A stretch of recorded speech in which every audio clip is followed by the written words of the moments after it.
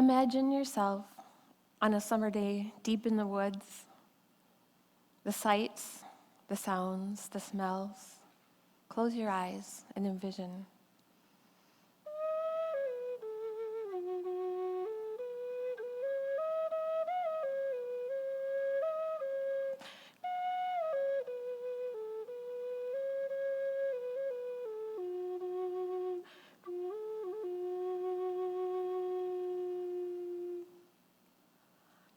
How did that make you feel? How you choose to view life has an impact on how it unfolds. Now envision this. On July 17th, 2017, last summer, my husband had tingling fingers in his left hand and his lip, and sometimes would shoot up to his eyes. So he had an MRI on his brain to see if they could figure out what it was caused from. I'll never forget when we went to the doctor and the tap on the screen as he counted off the tumors. 1, 2, 3, 4, 5, 6, 7, 8, 9. We knew at that moment that our lives were forever changed. When you get a diagnosis like that, they set you up with 1 million appointments: oncology, radiology, neurology, insurance, and more. And I'm sure a diagnosis of any cancer is like that. They do everything that they can in the medical profession to prolong your life. And everyone goes along with it because that's just what you do.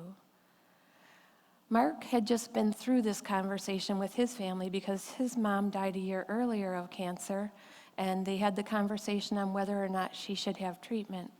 He also had heard the conversations that went in my family. I had a brother, sister, and dad that all did experimental cancer treatments and all lived well beyond their prognoses. My sister and brother by 15 and 20 years.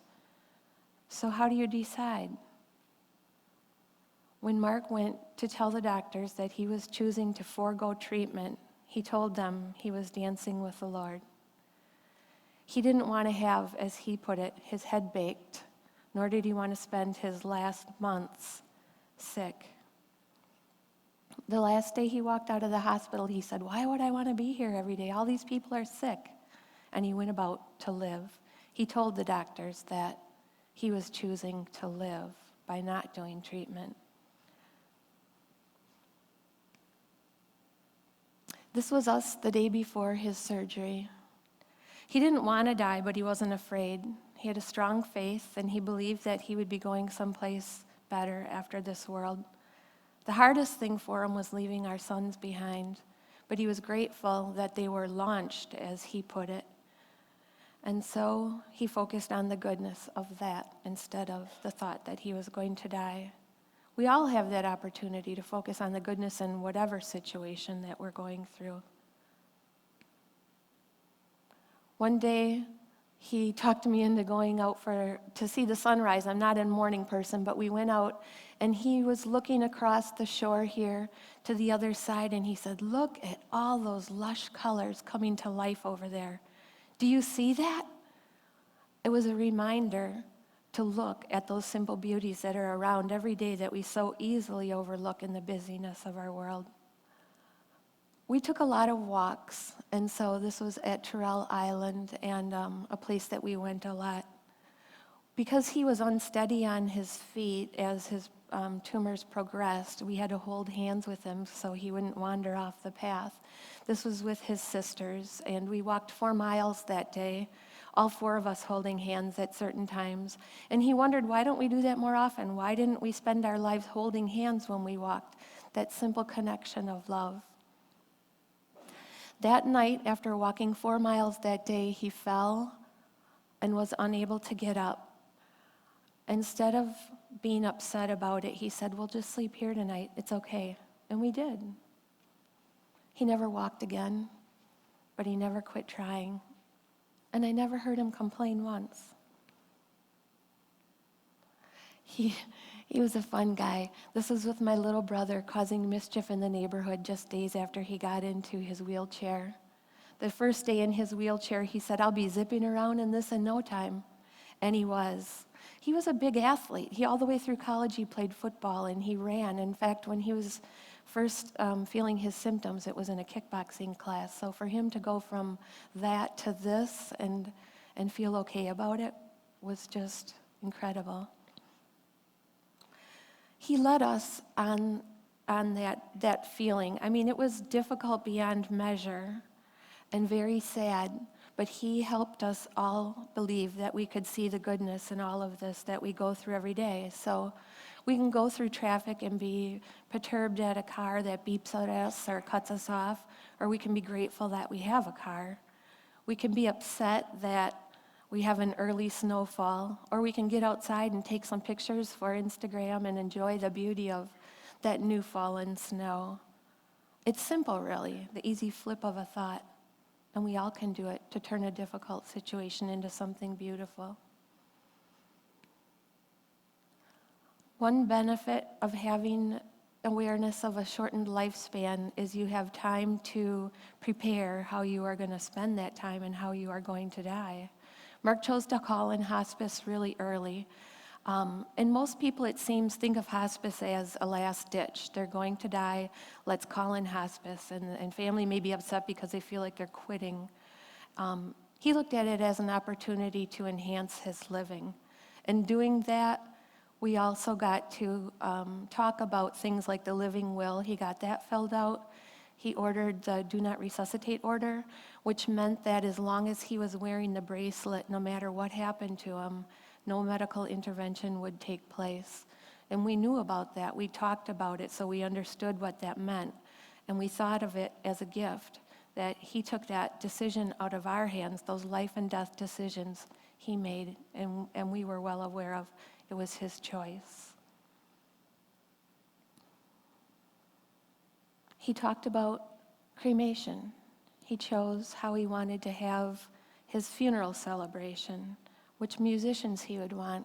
And he also took the time to tell me the passwords. Don't ever overlook how important that is, because with authentication codes and emails, and it's important. Tell your loved ones. This was with his dad one day, and the family was leaving to go shopping, and his dad just said, I'm just going to stay here and hold my son's hand. You have choices in how you live and sometimes how you die. You have choices in how you face each day, and choices in how you react to everything that comes your way. Mark was right. We make things too complicated. This picture was taken with a hand cross, a wooden cross a friend gave us 1 year ago today.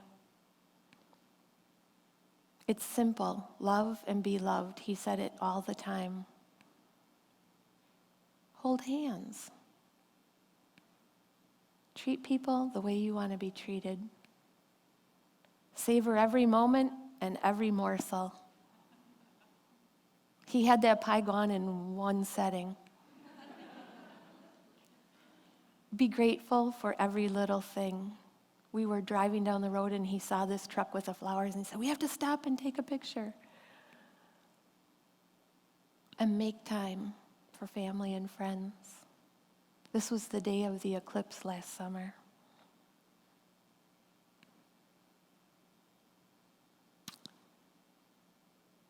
Laughter balances with tears and life with death. I was 16 when I got called into my mom's bedroom in the middle of the night by my dad saying, go do CPR to your mom. And I did. Still, 5 days later, we lost her. I went back to school the next week and people said, good girl, you hardly cried. So I learned that grieving well meant that you stifle your emotions. My dad died then, my brother, my grandpa. More grieving in a way that meant tighten up, close it in, stuff it. But I eventually learned that holding in those emotions becomes toxic to us, and they come out sideways anyway. So I dug in. I started learning through rituals that acting out and talking about our grieving helps us heal. I learned about indigenous cultures and how different cultures heal around the world with their grieving. I learned that some cultures, the Japanese, wash their bodies of their loved ones and prepare them for the visitation. I learned that there are cultures that sing lamentation songs. There are cultures that wail, cultures that don't leave the grieving alone, and even a culture that brings the dead home to stay in their homes for quite a while after they die, maybe a year or more, which is not one I would be comfortable with. What I learned about all these things, though, is that these people are doing these in community, together and with their families and out loud, and they're accepting that we're all going to die. And the more we talk about it, the more we become familiar with it, the easier it is. Dying is a part of living. 150 years ago, if Mark would have had tingly fingers, a doctor would have come to our house and probably given him some tincture, and he probably would have died within 4 months, as he did, at home. We probably would have prepared him right there and brought him into the parlor, and family and friends would have come to visit with him and with us. And then we probably would have buried him out on our property or down the road with relatives. And it was all something that everyone was comfortable with. This was before the funeral industry and before the medical profession became an industry. We were all a lot more comfortable with this, and I believe it helped us heal.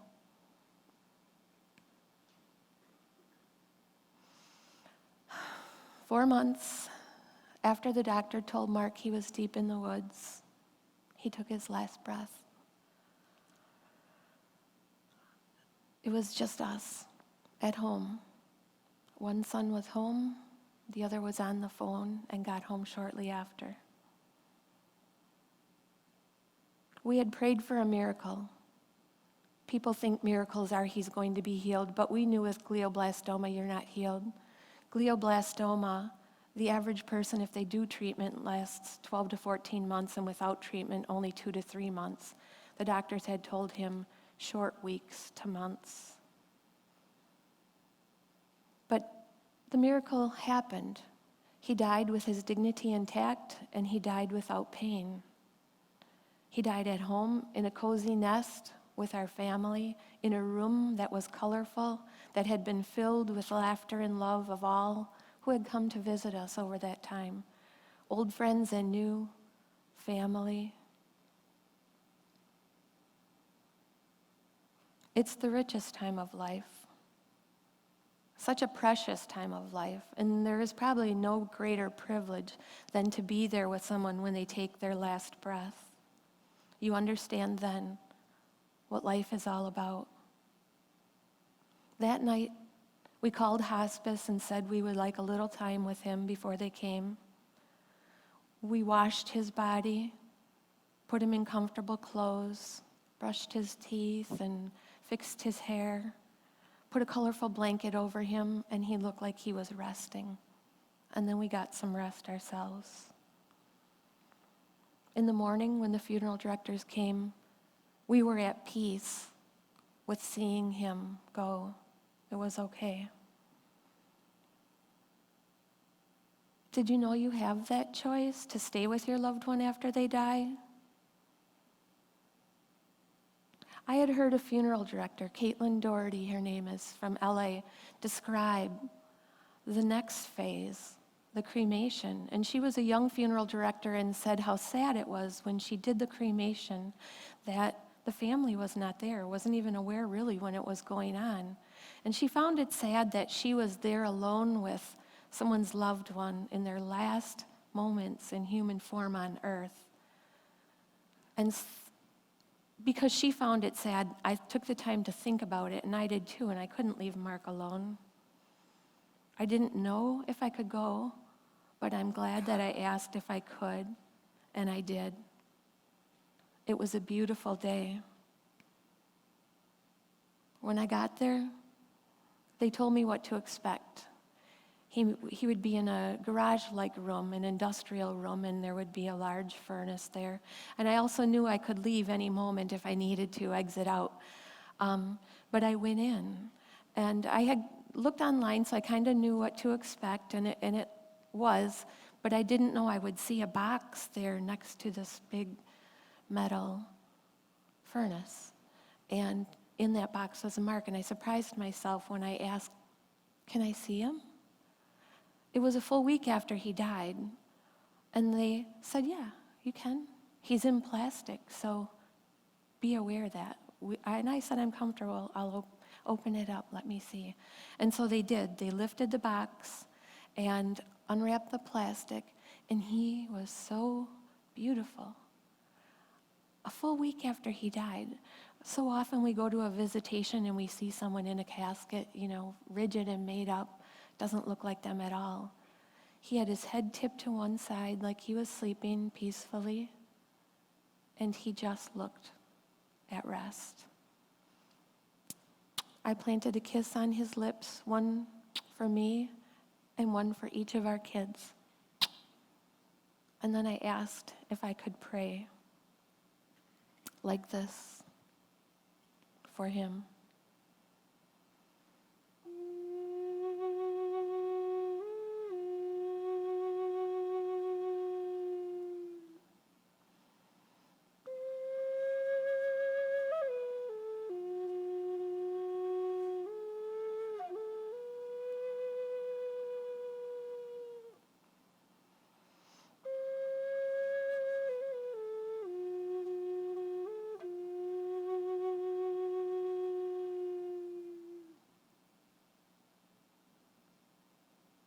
They closed the box and turned on the burner. And I played again, a fiery sound, ascending, a soul moving.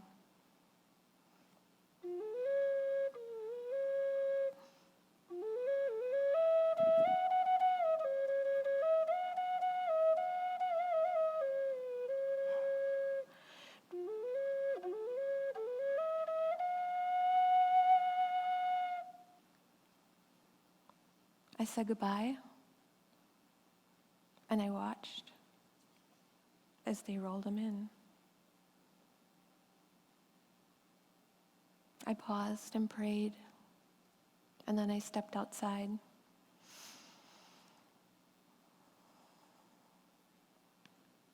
I took this picture on my way out from my car, and the funeral director came out. He happened to be in the car next to me, and he had tears in his eyes, and he said, "That was so beautiful. No one does that." And I said, "Because no one knows they can. But now, you do. You choose."